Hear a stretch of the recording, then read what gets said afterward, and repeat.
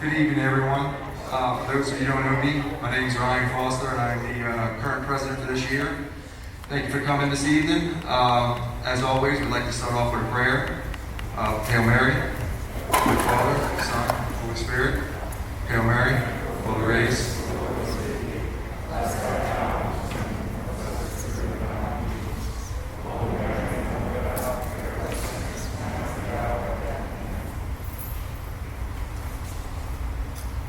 This is pretty much the first time everyone has gotten together because of all the circumstances this year, but it's good to see everyone here. I'm going to hand it off to DJ Galliano. Without him, the Disney trips wouldn't happen. He's been an organizer for the last couple of years, and he's done a great job. So. Thanks, Mike. All right. So who's ready to go to Disney World? All right, me too.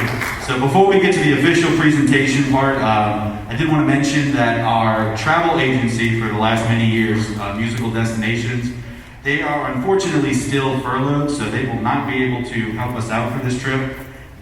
We worked it out with them, though. We're happy to go back to them in the future, but for this year, we're kind of branching out and doing things on our own, so we'll see how that path goes. But they did send us some swag, some Musical Destinations swag. So we're going to have a little trivia contest real quick, and you can win some swag. So raise your hand if you know the answer. I'll call on you, and if you get it right, you get some swag. So the first question is, what is Walt Disney's middle name? Yes. What's that? Elias. That is correct. Walter Elias Disney. You get a Musical Destinations umbrella. Awesome. All right. Next question. How many prizes do I have? Okay. They recently opened at Disney's Hollywood Studios a new area dedicated to Star Wars. Yes, Caleb. Yes, that is correct. What is the name of the area? It is Galaxy's Edge. Caleb, you get a backpack.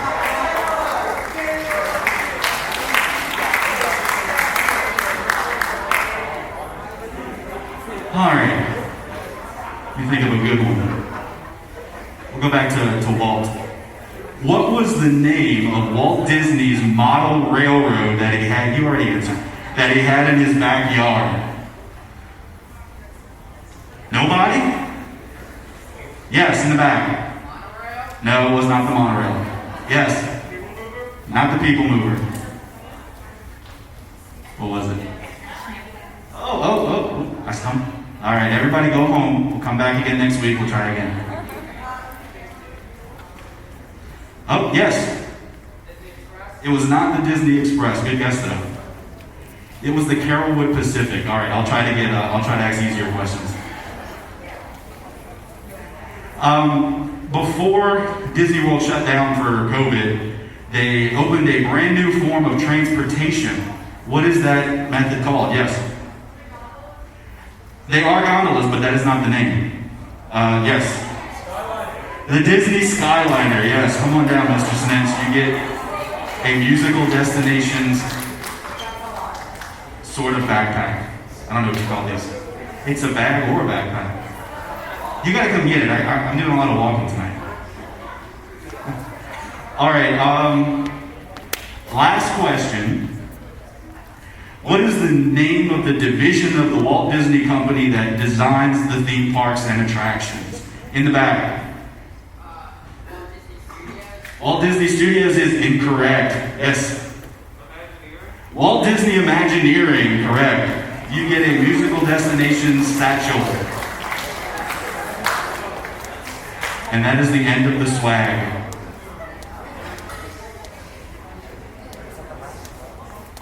All right, awesome. There you go. All right, guys, so we're going to go ahead and get started with our presentation portion of the meeting. The first thing I want to do is introduce to you the Trip Planning Committee, which is also conveniently all of our Band Booster executive peoples. So for those of you who have not yet had a chance to put a face with a name, now's your chance. I'm going to stay up here and take my mask off so I can breathe. All right. Mr. Joe Kaluta, who is our band director.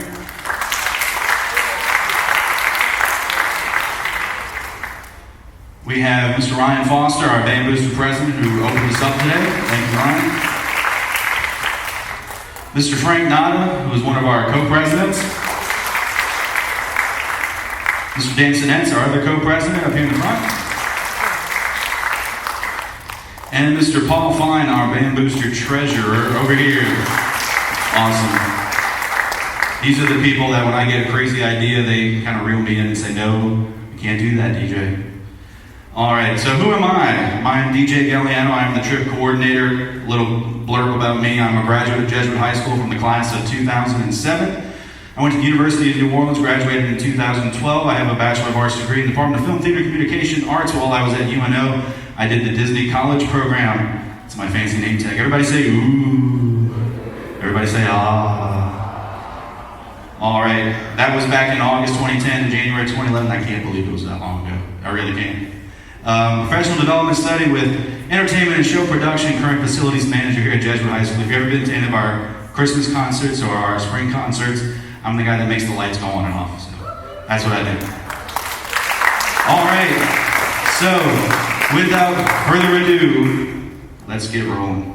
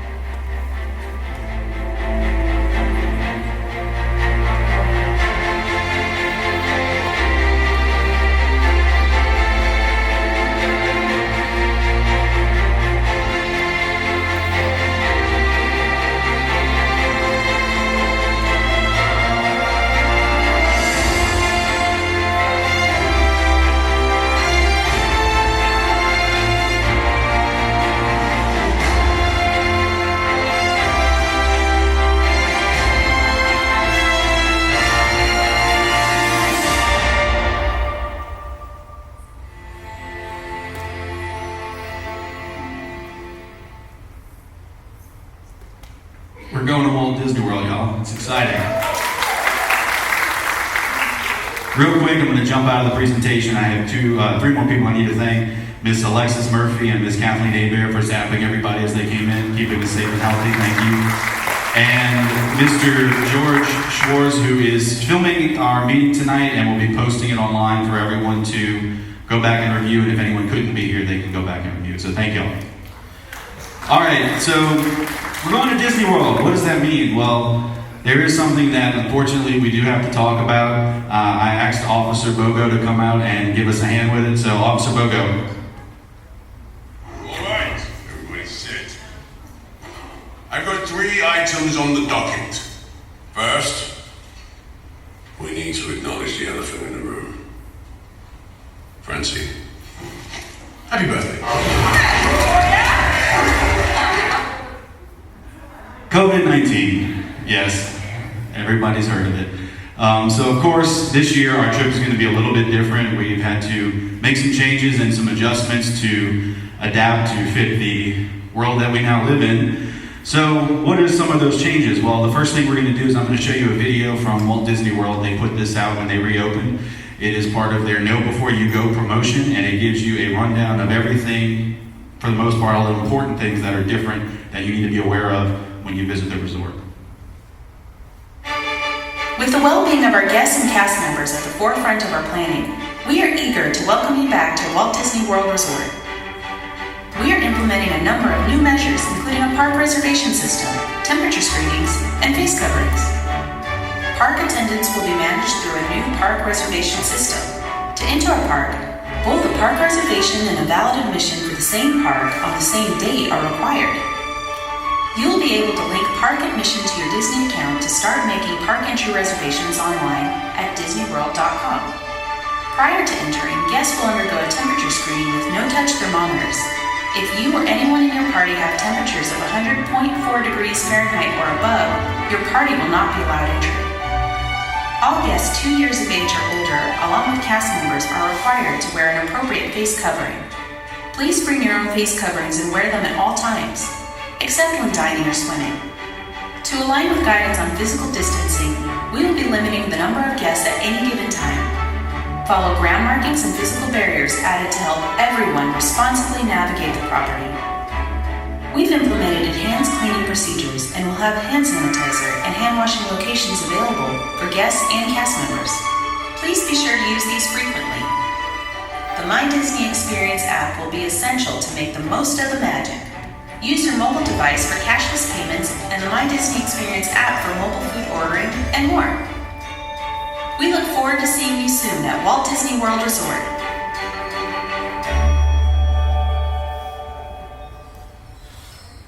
All right, so that gives you a little bit of an idea of what's going on. So COVID-19, what is Disney doing about COVID-19? Some of these things were mentioned in the video. So the first thing is the reduced park capacity.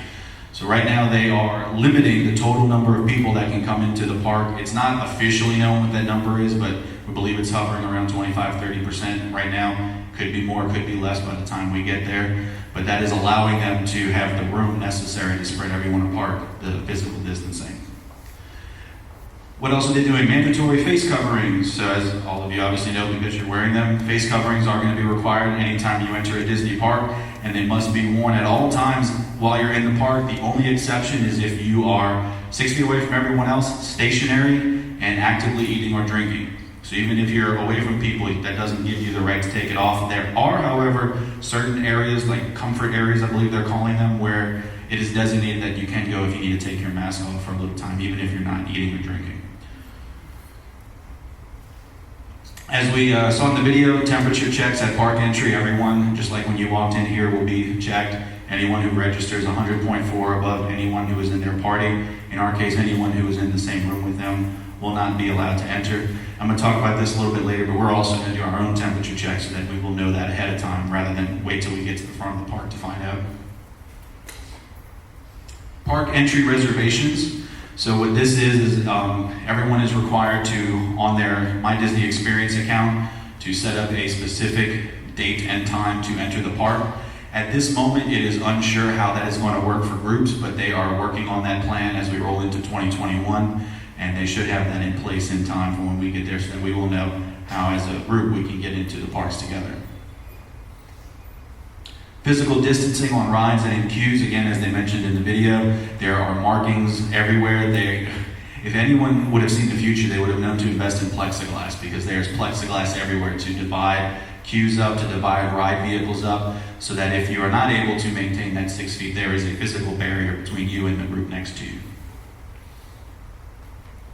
And contactless options via the My Disney Experience app. Right now, if you're doing food ordering from a grab-and-go quick service kiosk, your only option is mobile ordering and contactless payment. They do have cast members there, they do have signage there that explains how this works and walks you through the process, but it's just another way that they're helping to keep everybody as minimal contact with other humans as possible.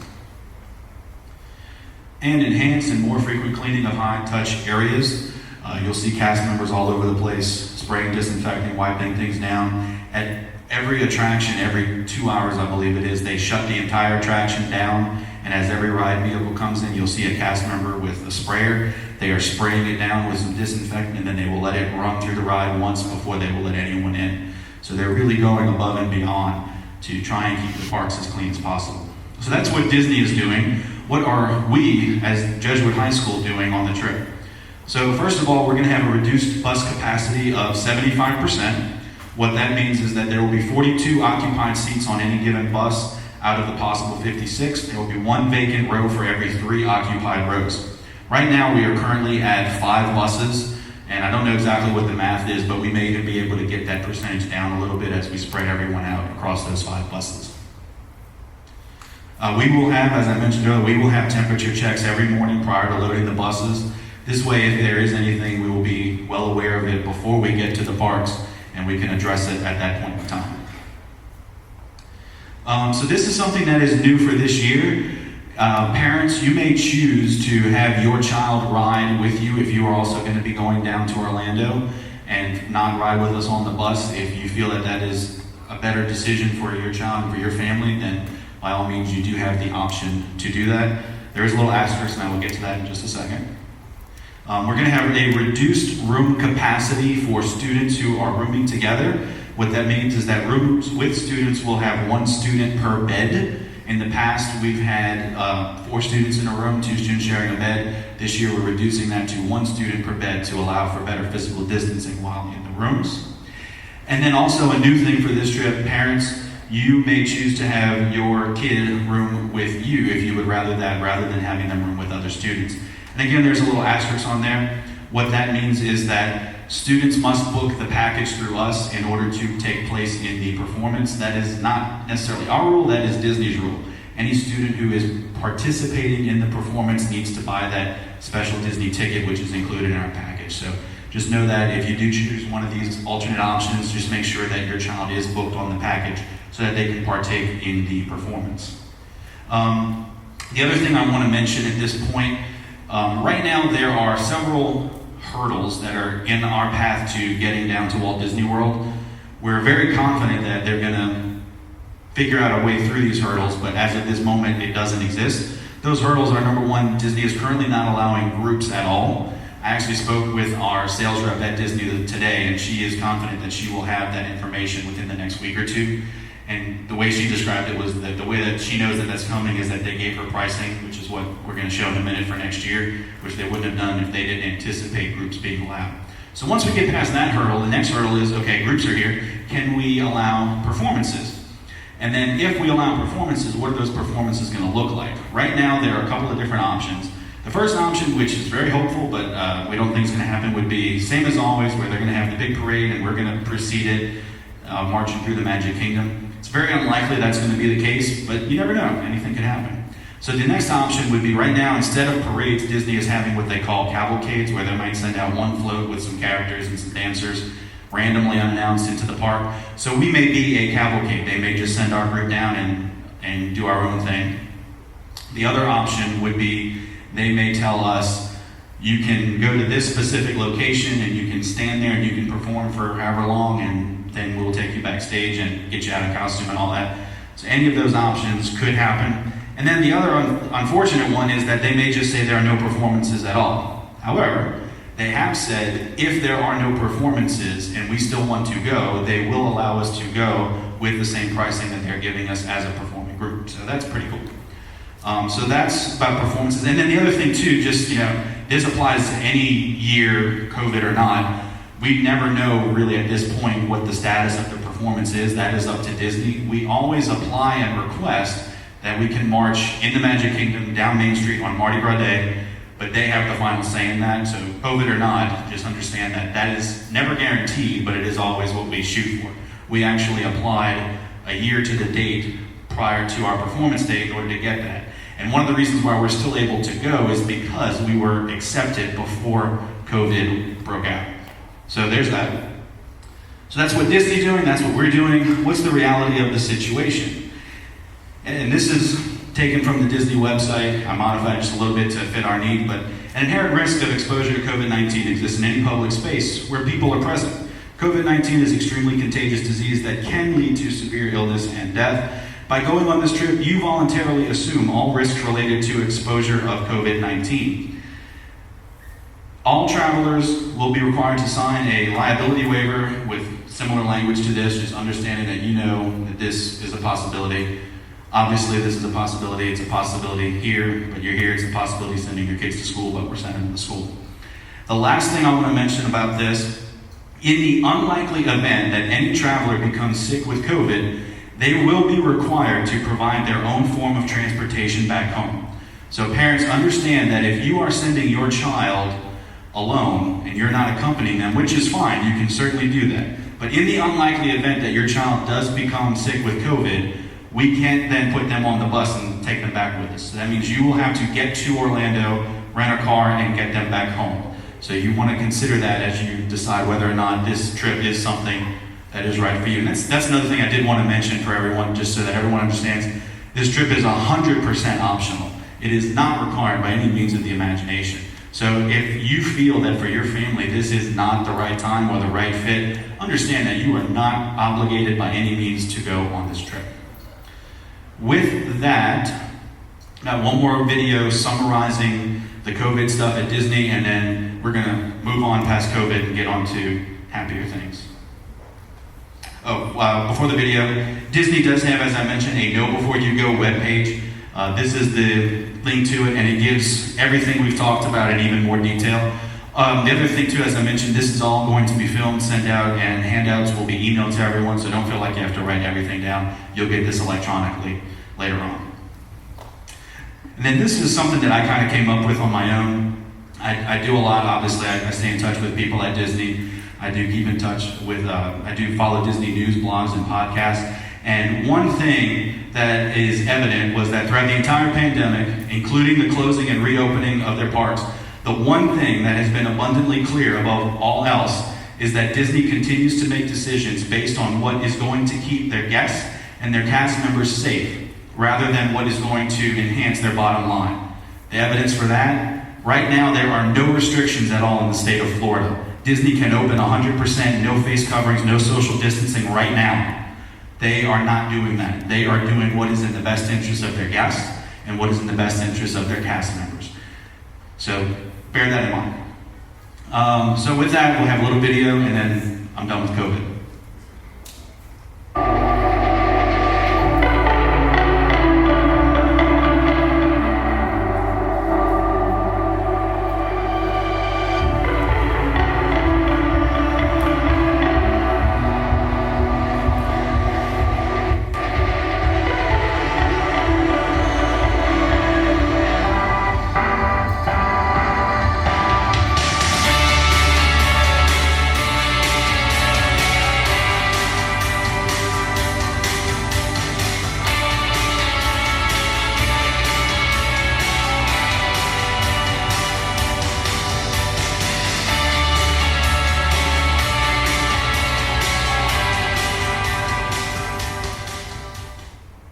Now, let's get on to the fun part.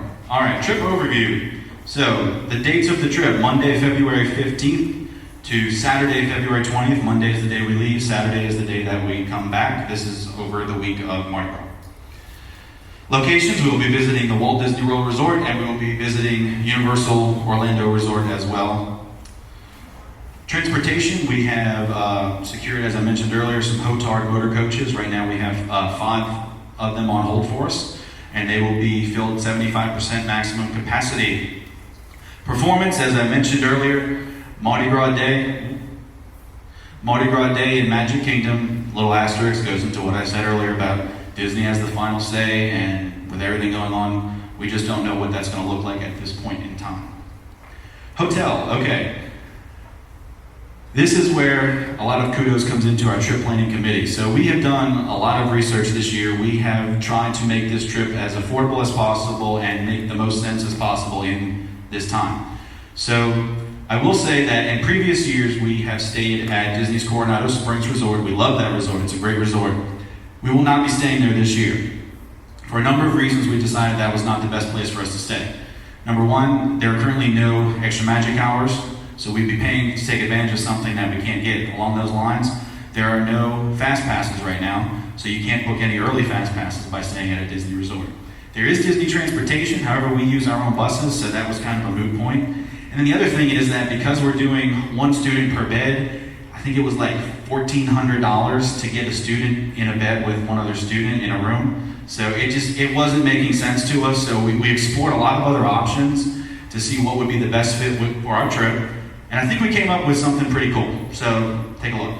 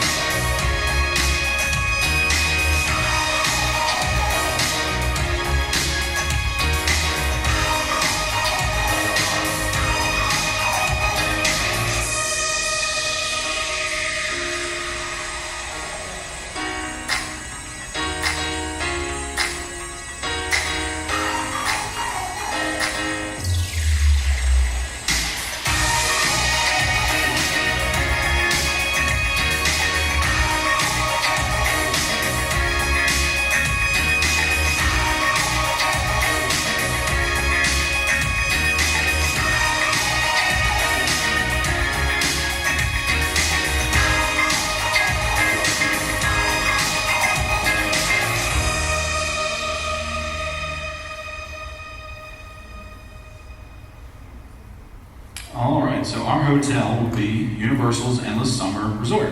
That is what it looks like. And I have a little bit of a slideshow here. There we go, while I'm talking about it.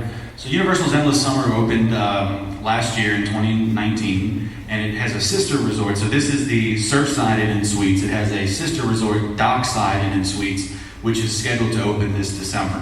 We're not entirely sure what version of that we're going to end up being in, but they're literally both identical resorts, and they both offer the same amenities as the other. So these are just some pictures of the rooms, give you an idea of what it looks like. Some yummy pizza.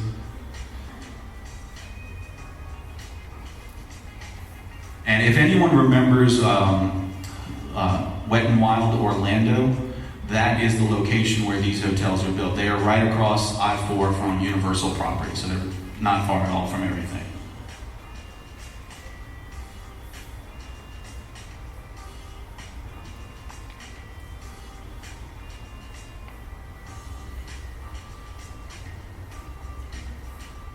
All right, we're gonna jump ahead. All right, so Universal's Endless Summer Resort. There are two different room types offered at this resort. There's a standard room, which is 2 queen beds, which means you can sleep up to 4 people in a standard room. The other option is a 2-bedroom suite, which is 3 queen beds, which means you can sleep up to 6 people in a room. What we're going to do for this trip is that students will room in the 2-bedroom suite with 3 students per room. Because it has those 3 beds, we can do 3 students in a room, 1 student per bed. Perk alert. So remember I was telling you about how Disney, they've kind of taken away all those perks that they offer by staying there, unfortunately, due to COVID. Well, Universal has not. As a Universal Orlando hotel guest, we are eligible to enter the Universal theme parks up to 1 hour before they open to the general public. So everybody say, ooh. Everybody say, ah. Awesome. Just make sure you're still awake. Okay, so that's the hotel. Now let's talk about the itinerary. We're not going to go into the down to the minute stuff like I like to do. We'll do that when it gets a little closer. This is just going to give you a day-to-day breakdown of what's going to happen when. So Monday, February 15th, that's going to be our travel day with the stop at Buc-ee's. Everyone loves Buc-ee's. I would just like to point out there was more applause over that than anything else. Maybe we'll just go to Buc-ee's for a week. All right. On Tuesday, that is our tentative performance day, which means we will be in the Magic Kingdom on that day. On Wednesday, that's the day that we will visit Universal Orlando Resort, which is Universal Studios Florida and Universal's Islands of Adventure. On Thursday, that will be Disney's Hollywood Studios, which is Star Wars Galaxy's Edge. On Friday, the 19th, that will be Disney's Animal Kingdom, where Avatar is, and Epcot. And then on Saturday, that will be our travel day back to New Orleans, but there's a stop at Buc-ee's. There we go. Okay. I don't know why it's cut down on me. So what is included in the package that you can get from the school? Transportation to, from, and around Central Florida. So that's our buses. As we talked about, you do have the option of not including this. The other thing I want to mention about our buses, some people have done this in the past, and you can most certainly do this. If you only want to ride them in Florida, that is an option. Just know it's going to be the same price, though, for us to hold that seat for you as we travel to Orlando, and then you can join us on the buses in Orlando. So that is an option that you can take advantage of. The hotel, so there's a 5-night stay included at the hotel, Universal's Endless Summer Resort. Park tickets are included. That is a Disney 3-day park hopper. So let me clarify, right now at this moment in time, there is no hopping allowed at Disney. According to our sales rep, they are hoping that that will be lifted in the new year. In the event that that is not the case, the current plan would be on that last day, we would only do Animal Kingdom instead of Epcot. I know a lot of y'all love Epcot, trust me, I do too, but the reason I say that is right now, it is just a wonderful world of construction. They're going through a big renovation, so if we do have to lose a park, that would be the one that we lose, but we'll figure that out if and when we have to. Universal, there's a 1-day park-to-park ticket included in Universal, so that means you can hop at Universal, that is allowed. You can go back and forth between Universal Studios Florida and Universal's Islands of Adventure. And that also means, for those of you who are familiar with it, both parks have the Harry Potter stuff in it, and there's the Hogwarts Express that connects the two parks. You can only ride that with a park-to-park ticket, which this is a park-to-park ticket, so you will be able to ride that. Meals. 2 meals per day is included with the package. A little bit of an asterisk, there are no meals included on departure day, so that's the day that we're going to leave here, go to Buc-ee's. We usually have some donuts and some juice, but you'll have the opportunity to buy some stuff at Buc-ee's, and then we'll talk about in a minute what's going to happen that night. On the day that we return to New Orleans, however, breakfast at the hotel will be included with the package. So theme park days, it's 2 meals a day. Departure day, no meals. Return day, breakfast at the hotel. So if you want to eat 3 meals a day, then you will need to pay for that out of pocket. Personally, I'm a pretty big guy. I find that the 2 meals a day is more than enough food. So take that for what it's worth. All right, drum roll, the big question, what will it cost? All right, that is the student price, $1,075.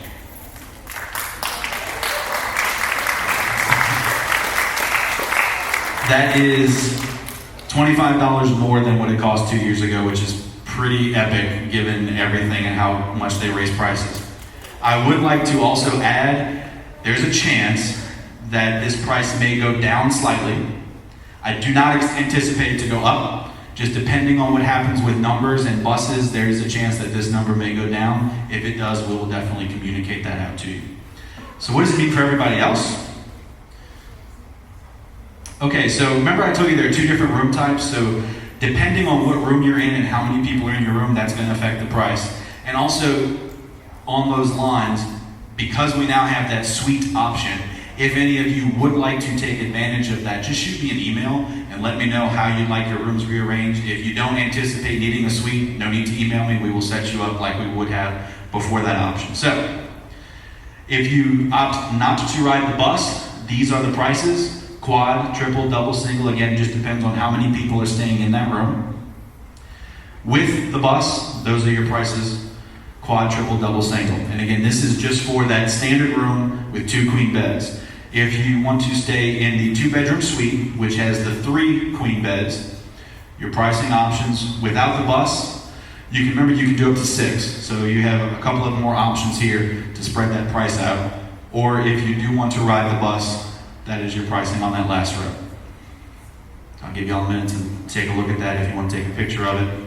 But that is what the pricing. And again, there is a possibility that some of these numbers may go down depending on the final trip count and what happens with the buses if we do end up needing that 5th one or not.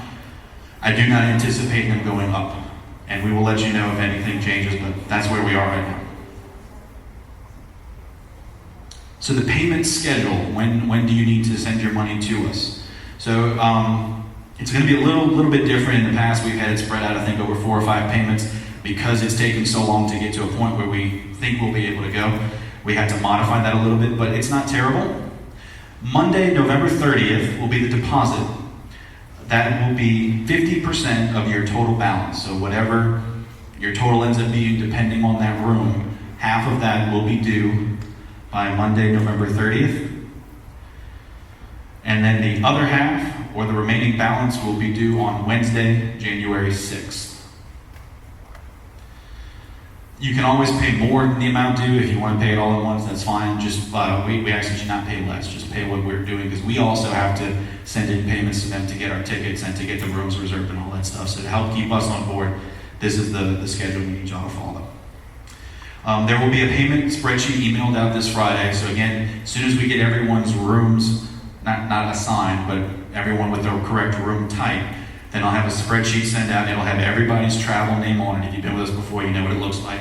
And it'll show what your total is, how much you have already paid, and what your remaining balance is.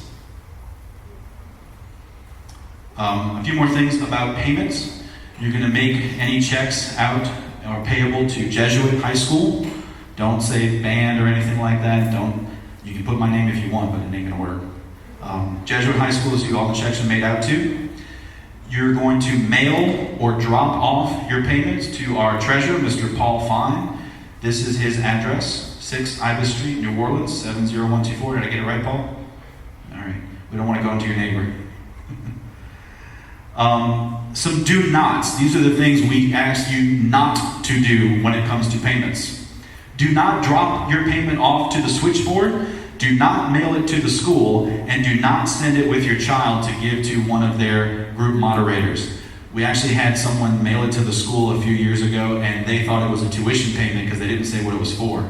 And it got cashed, it got put into their account, but we never saw it because they didn't do what we asked them to do. Do not wait to mail your check until the due date. Please try to mail it with enough time so that it is in Paul's hands by the due date. And we all know the mail situation in New Orleans, so the more time you can give, the better. And then some do's. These are the things you should do with your payments. Include with your payment a note indicating the names of all the travelers that payment should be applied towards. So if you want to send in one check for 6 people, that's totally fine. You can do that. But send us a little note letting us know who those 6 people are so we can allocate that money accurately. And again, do allow ample time for your payment to be delivered to Paul by the due date or just drop it off at his house. Some miscellaneous things. Remember that 1 meal per day is an out-of-pocket expense and is not covered as part of the package. We recommend sending students with about $20 to $25 per day for meals and any incidentals. On departure day, we will stop at Buc-ee's in Alabama for lunch. Dinner will be an out-of-pocket meal. We're planning to go to Universal City Walk. So if you remember 2 years ago, we went to Downtown Disney. This is Universal's version of Downtown Disney. They call it Universal City Walk. So there's a bunch of different restaurants over there that everyone can pick from. They've got Margaritaville. They've got a Mexican restaurant. They've got a new one called Big Fire, where everything is cooked over flame. All kinds of different options for you to choose from at Universal City Walk. And again, this is an out-of-pocket meal for dinner that first night. Oop, did I skip one? I think it just said we're going to stop at Buc-ee's on the last day. So anyway, apps you should get. So this is the fun part. If you take your phone out and you point it at this QR code, a little thing will pop up. And then if you tap on the little thing that pops up, it will take you to where you can download the app. So the Universal Orlando app, I rank these in order of importance. This one's the least important. It's not going to do as much as some of the other apps, but it will do some things. I believe you can do mobile ordering now from the Universal app. There's also some rides at Universal that offer a virtual queue. I believe Jimmy Fallon is one of them. I'm not sure of the others. But you're going to want this app to take advantage of those features. The next app is the Band app. Do y'all remember the Remind app from 2 years ago? So this is like the Remind app 2.0. Basically, Remind put a limit on how many people you can have in a group before you have to pay them. And we said, we're not paying you. So Band does everything Remind did for us and a lot more. So you want to get this app. This is going to be very, very useful for us to communicate with people on the trip in real time. So if there's a change in where we're meeting with a bus or where we're checking in at, we will send that communication out via the Band app. So everyone going on the trip, as far as they're able, should have this app loaded on the phone. And this code will take you directly to our specific group for this trip. So it's going to be a very, very useful app for you to have. And the final app, there aren't any fireworks right now, so I'll give you some fireworks. The final app is, of course, the My Disney Experience app. This was the app where you would book your fast passes. Unfortunately, there are no fast passes at this time. But Disney's Hollywood Studios, Star Wars Galaxy's Edge, Rise of the Resistance, which is the big e-ticket attraction that you have to ride on. Currently, the only way to get on that ride is with a boarding pass. And the only way to get the boarding pass is to use the My Disney Experience app to get one. So you really want to have this app ready to go, loaded on your phone. There is one little asterisk with this app. It is helpful for everyone to have their own Disney account and friended in with everyone in their travel party. But when you create that account, it is also helpful to tell Disney that your age is over the age of 18. I know it has to do with the Florida state law and some weird stuff, but it's just better. Just fake the birth year, make them think you're over 18, and it'll unlock the full features of the app. So that's the only little caveat I have with the Disney app. And with that, That's the end of the presentation. So does anybody have any questions? I didn't do that good of a job.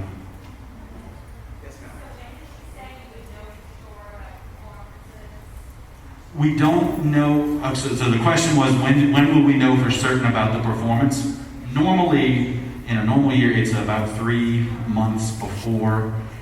Even with that, it can change. We had one year where we showed up the day of, and the route of the parade changed that day. So we don't know for certain, but we will keep everyone posted. As soon as we know, you will know. They're hopeful that the group status, at the very least, will change within the next 2 weeks. The other thing, I don't know if I mentioned this or not, in the unlikely event that things nosedive, take a turn for the worse, and we don't end up going, don't worry about if you're going to get your money back or any of that stuff. We're going to handle all of that with the hotels. They're being very flexible with cancellation policies. And just know that anything that you commit to this trip is safe in the event that we do have to cancel it. Yes, ma'am.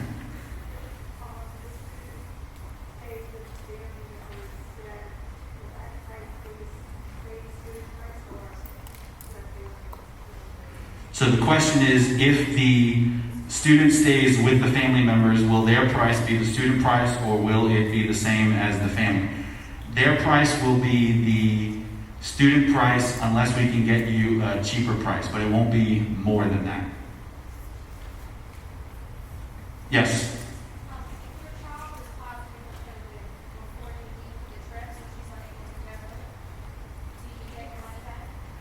If your child tests positive for COVID prior to leaving for the trip, will you get your money back? Yes. They are very good right now. Right now, the cancellation policy that they are abiding by is up to 24 hours. If you cancel, you can get your money back. And even if people get sick on the trip, they are very good about working with you and figuring out what they can do to make sure that they're compensating you fairly. Yes?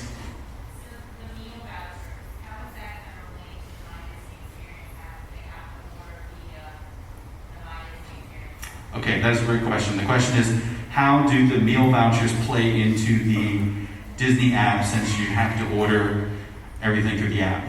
2 years ago when we went, there was not a way to link that meal card to your My Disney Experience account.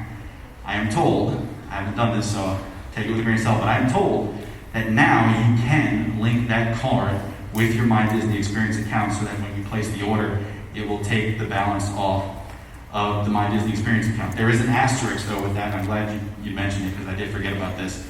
In your My Disney Experience account, you do have to have a valid credit card on file, even if you don't use it. And if you're ordering food and you exceed the limit that you have on your card, it will automatically use that credit card to charge the remainder of the balance towards. Yes, ma'am.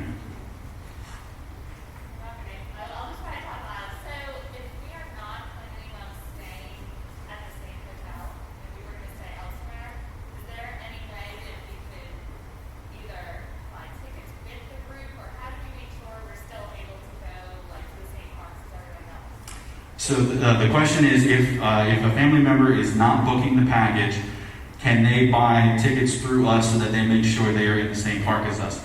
The unfortunate answer with that is no. Because it is a package, we can't pull anything out of it other than the bus, since that's kind of our own deal. But we will let you know, to the best of our ability, what our plan is so that you can try to align your plans as much as possible with our plans. I think I saw a hand over here. Yes? The question was, are we using magic bands since we are not staying on property? We are not. As a group, you will not be getting your own magic band. However, if you have one, you are more than welcome to use it. Also, Disney, that's another thing I wanted to mention. They are no longer giving away free magic bands with resort stays.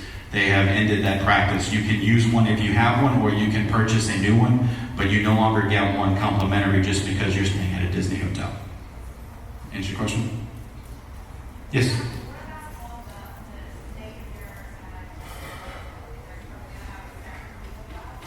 Yes, so the Universal Day, how does the voucher work? I don't believe that you are required at Universal to use mobile ordering. I think it's just an option. And it's a little different, so for those of you who don't know, the meal card at Disney is an amount. So everyone will be allotted $20 a day, and however you use that amount is up to you. That is enough to get you a quick service meal. It is not enough to get you a sit-down meal. It is not intended to be enough to get you a sit-down meal. But if you want to do a sit-down meal and supplement it, you're more than welcome to do that. But it is an amount that never expires. So you can always hold on to whatever you don't use and use it on a future trip. Universal is a little bit different. Universal, you will be given a card that basically allots you a meal, which is an entree, a side item, and a drink. It's not necessarily a monetary amount. And it will tell you what locations those cards are good at on the card. And we always tell people, before you order it, let them know, hey, this is what I have. Can I get this, or what can I get, or what can I get with this card?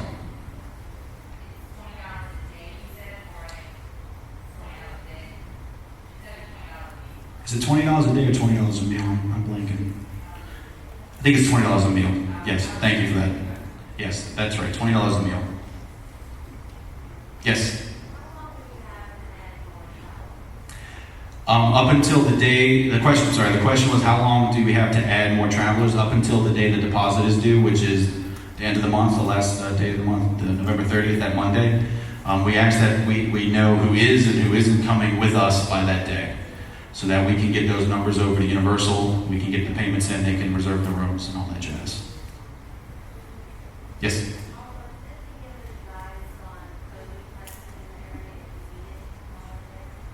I haven't heard of anything, but we can definitely look into that should the need arise. And I know that for all of their screenings, Disney, it's not Disney cast members that are doing the screenings. They've actually partnered with a local healthcare provider, I believe it's Covenant, and they are the ones that are doing the screenings. So they have the ability to guide you should you do it. And they're also, they're practical about it. I have seen some videos where if you do get a high temperature, it's not automatic, go away. There's an area where you can go sit. There's a little tent with some mist, some cooling. They will try to work with you and see if it's, if it's just that long walk from the parking lot and you're just over exhausted, they'll work with you. But if you do get that 104 reading, then that's when we're gonna have to step in and change some things. So, okay. Anybody else? Anything at all? Yes.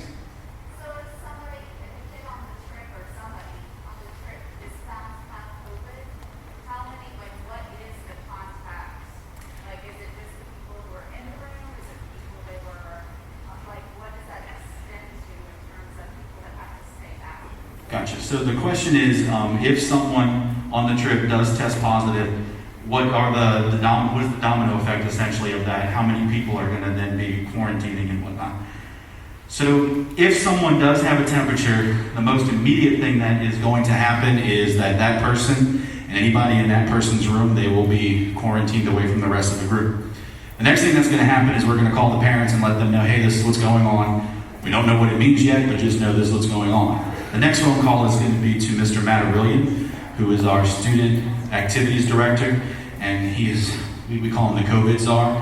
He is the guy that is responsible for all of the contact tracing here at Jesuit High School, and he is versed in all of the physical distancing, the secondhand exposure and all that, and he will then give us what we need to do to walk it backwards and figure out, okay, who was exposed for how long, and what do we need to do for those people? Did the people that they were then exposed with need to worry about it? I believe, I was speaking to him earlier today, and the CDC guidelines, which is what we're currently following at Jesuit, is to be in direct contact of less than 6 feet for more than 15 minutes cumulative within a 24-hour period. And I might want to blank. Yeah, it's 15 minutes cumulative within a 24-hour period, less than 6 feet. And he has all of those protocols down to a science. So he will be the next person that we call, and we're going to use his guidance to then determine what the next best step is for everyone else who may have been in the vicinity. Does that answer your question?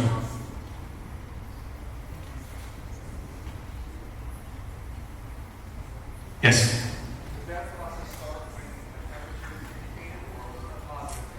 That process, it is triggered by the temperature. But the contact tracing is from when symptoms first appeared. So it could be that moment, but if they say, you know, I've been feeling sick since the day before, then that's when the tracing period would actually begin. It's from when symptoms first appeared.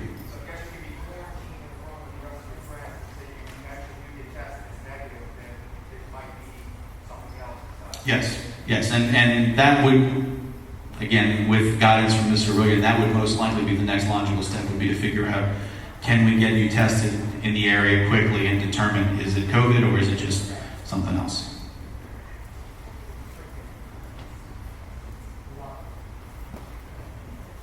Anybody else? Going once? Going twice? We did that in under an hour. All right, y'all have a great evening. See y'all later.